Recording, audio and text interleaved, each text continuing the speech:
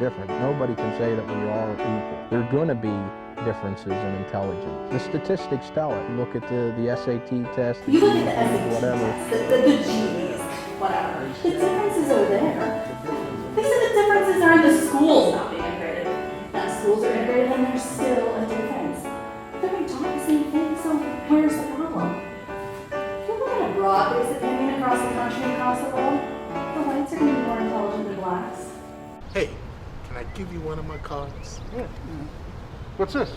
I'm running for mayor of Breezywood. If I was worried about word getting out about my running for election, You're running for mayor?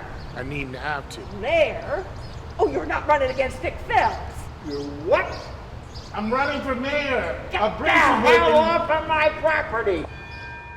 Later that night, I got a message from the superintendent of the high school letting me know that I needed to report to her office first thing Monday morning, like I was a green recruit. When I entered the office, the school superintendent was on her phone. She didn't look toward me or wave me toward a chair. It was like I wasn't even there. So I sat down without an invitation. That got her attention. Can I call you back? Thanks. Bye. Coach Books. Dr. Brinkley. Need coffee? No, but please, go ahead. We have a problem here, and we're going to get to the bottom of it before it goes any further. What problem do we have, if you don't mind me asking? I think you know. I do not. Are you running for mayor? I'm thinking about it. That's it? Just thinking about it? It takes a lot of thinking. I imagine it would. May I ask what made you think about it? You met. Well, I thought I'd try to do something for someone else other than myself for once, instead of just for me. I don't understand. What part don't you understand, Dr. Brinkley? Don't you have to be pretty sure of yourself in order to run for public office? I'm not sure. I never did it before. Then why all of a sudden? Civic duty. That's how I think of it now. My civic duty. You're already doing your civic duty here at the school. Coaching football, track, and wrestling? That's my job. Comes easy. Never thought of it as my civic duty. All the staff here think that what you're doing is a great public service. As long as I'm winning, perhaps. Well, you usually do seem to win. Not the big one, though. Nobody cares about that. I care. The reality is that you are a public servant, whether you like it or not. What are you trying to say to me, Dr. Brinkley? Okay, cards on the table. Cards on the table. This mayoral race. Not really a race. This is more like me chasing a bus I missed. Nice metaphor. Then you already know you can't catch the bus. Probably right. Then why bother chasing it? Why not? I mean, the same reason we play Greensburg every season for regionals. Get our butts whipped. You still gotta see who wins the game. I'm not going to play this game with you. If you're trying to stir things up around here, well, you're doing it. But it is my job to make sure that the staff in this school district maintain themselves in a professional, respectful, and appropriate manner. I'm dumbfounded. You signed a contract when you joined the staff at Breezywood Area School District. I did. Brought it along with me.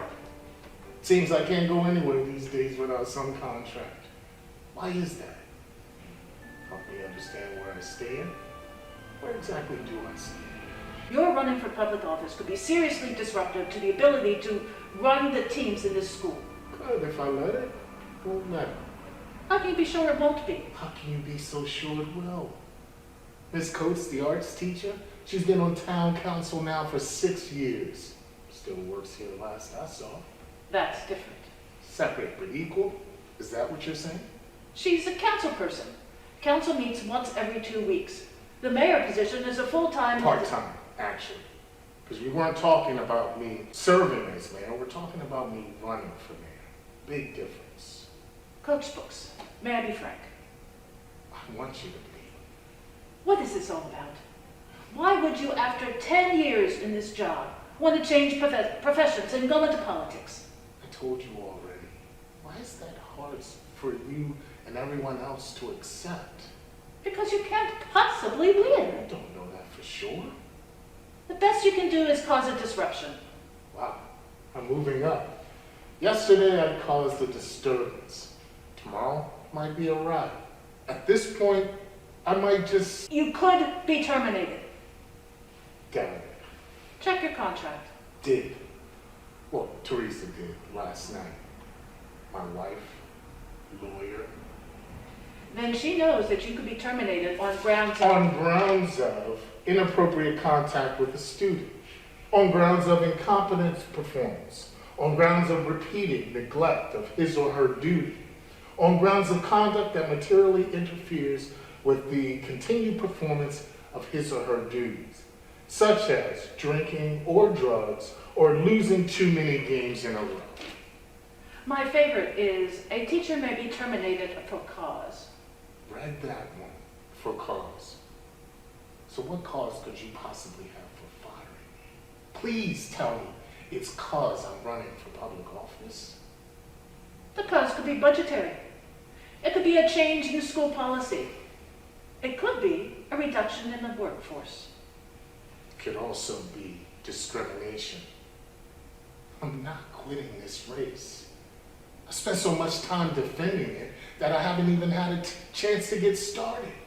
But the more pushback that I'm getting from you and folks like yourself, the more I'm thinking I gotta see this thing through. I have a great deal of respect for you as coach. But not so much for me as a man, do you? I hope you have a change of heart before next week. What's next week? Oh, yeah. You mean, it wouldn't be good to find cause this week because of the big game on Saturday. But next week, you'll be in the clear because the season will be over. With plenty of time to find my replacement. I didn't say that. Yeah, you did. You just didn't hear it. My phone is not my friend. It rings at all hours of the day and night. It started right after that meeting with Dick Phelps at the diner. You know, sometimes it was the usual calls like Teresa just calling on me, asking me to pick up this or that, or just checking in with me to see how my day was going. Or sometimes it was one of my kids from the team, asking me questions about practice or trying to get help scoring tickets for Saturday's big game. But mostly, it was hang-up calls, or people calling from unknown numbers that would listen but not say anything once I answered. But the worst call I received was a call from Lori, asking me not to come around anymore. You know, Lori grew up with a mother who never quite fit in anywhere. I think Lori inherited that. Didn't trust people. Never felt liked by anyone. I don't know if she was just imagining that or if it was real. But I think sometimes if you imagine something that painful, it is real.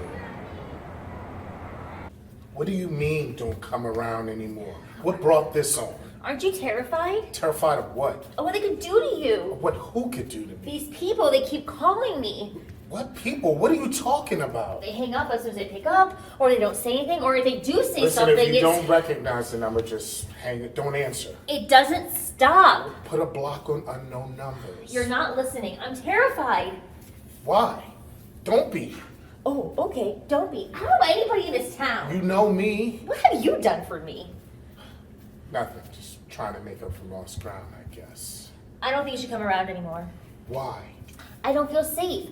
I think I feel safer if people don't see you coming and going. Listen, we've already been through that. Nobody's gonna see me coming and going. That was before. Before what? Before this.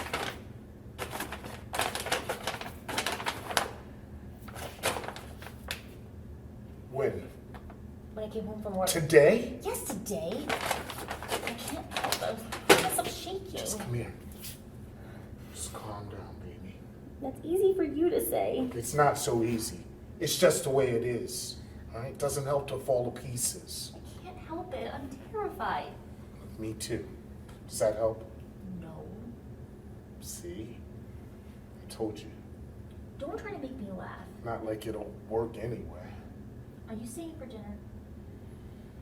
No, I gotta go. Am I welcome back? Your house. But you're living in it. Make it yours. Am I welcome back? I love you. I love you too, baby. Say hello to Teresa. I will. She'll like that. Bye. Bye-bye.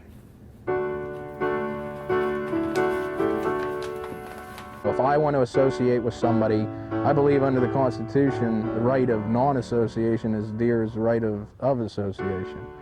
I'm not going to become upset if a black moves into my all-white community where I live, but certainly But certainly I prefer he not, because I don't intend on moving into an all-black community in the center city. If I want to associate with somebody, under the Constitution, I believe that the right of non-association is as dear as the right of association. That's the problem with this country. Even the blacks say the race problem in this country is the government's fault. They force white and black together. And the majority of the whites and the blacks don't want to be together. So Wednesday night in Breezywood is the Businessmen's Association bowling night. They have a league of store owners, bankers, and self-anointed community leaders. I hear some of them are pretty good. I wouldn't know. I mean, I never bowled myself. But I didn't go there that night to bowl. And when their eyes turned toward me as I walked in, it wasn't to tell me how great of a coach they thought I was. This was more like, who invited him here? Like a club atmosphere for white folks. You know, bowling and black men never seem to be a good mix. You think I'm kidding? I mean, most bowling alleys didn't allow blacks on their lanes until about 20 years after Jackie Robinson was integrated into Major League Baseball. You think bowling seems pretty harmless, don't you? Until you hear that in 1968, South Carolina Highway Patrol officers fired into a peaceful crowd of 200 students that had assembled at South Carolina State University to protest the segregation of the local bowling alley, the All-Star Triangle Bowl. Big neon sign out front, red, white, and blue with stars on it. The police killed 3 protesters and wounded 27 in what became known as the Orangeburg Massacre. All of the officers were acquitted. One of the protesters that was shot, Cleveland Sellers, was sentenced to 7 months in prison. The governor of the state of South Carolina pardoned him 25 years later. And there I was, busting in on the Breezywood Businessmen's Bowling Bash. Hey, Mr. Phillips! Jesus Christ! Xavier, funny seeing you here. Listen, I need to talk now. I'm in the middle of a game. Is this important? Of course it is. Why don't I meet you at the diner after? Talk now. What's this about? Come on, Dick. Coach should be drawing up plays, expects to beat Greensburg. Yeah, Coach, let Dick finish his turn. You're holding up the game for everybody. Excuse me. I gotta roll this ball. Not until you take a look at this present I received.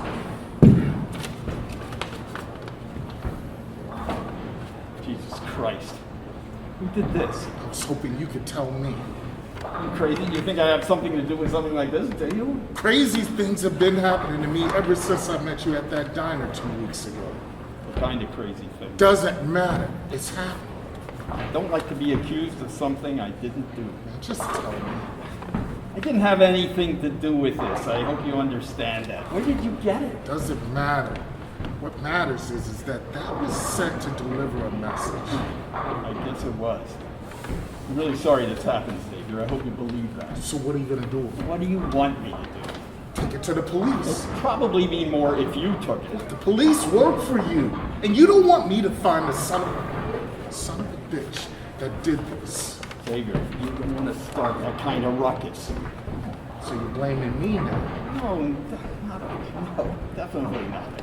It's just the biggest game of the year is coming up. You don't want to ruin the weekend for everybody just because of some stupid prank that doesn't even deserve a dignified response. Stupid prank? That's what you're calling that? Hey, don't you have some coaching to do? Greensburg's got your number, Coach. Kids need practice. They don't want to get crushed Saturday night. This is the big one, Coach. Coach never won the big one. Not like it's gonna happen this year. That one got to. And you look at me, Xavier Books. You look at me. When people act a fool at you, you don't act a fool back at them. You stay calm and in control inside here. And no matter how mad you get, you stay in control of your words. You keep control of your body language. And you keep control of your emotions. Got it, Granny. Got it. Look, Xavier, I'm holding up a lot. Let me look into this. Promise, get to the bottom of it. Stared at him for a long time. You know I'm running against you now for mayor, right, Mr. Phelps? So I hear. I'm gonna go at it now with everything I got. Xavier, please, be smart about this. Never been smarter. What do you hope to accomplish? Nobody ever wins a write-in vote unless they have a lot of money and a lot of support. You don't have either. Got a card. Here, take it. Xavier, I got a bowl.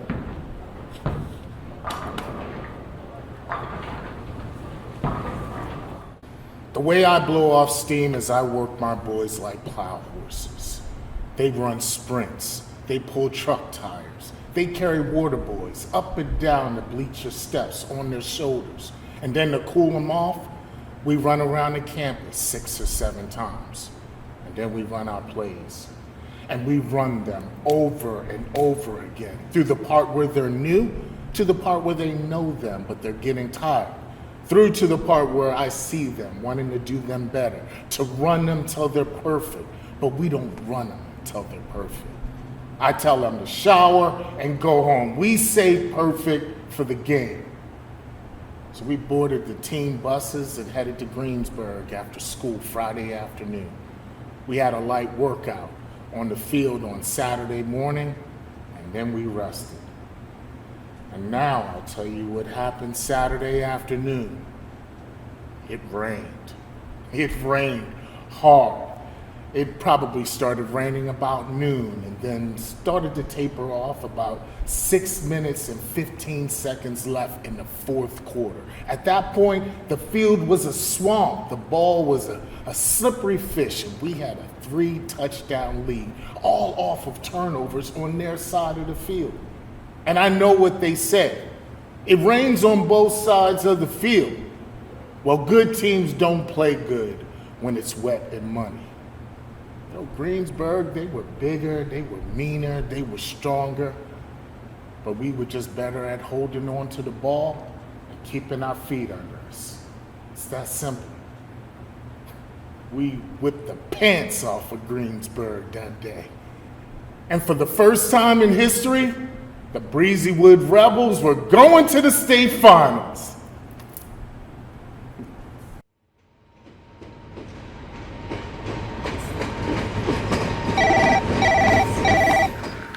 Hello, this is Marta Eichenwald from the Early with Marta show at WBHP Channel 10 in Pittsburgh. Am I speaking with, is it Xavier Books?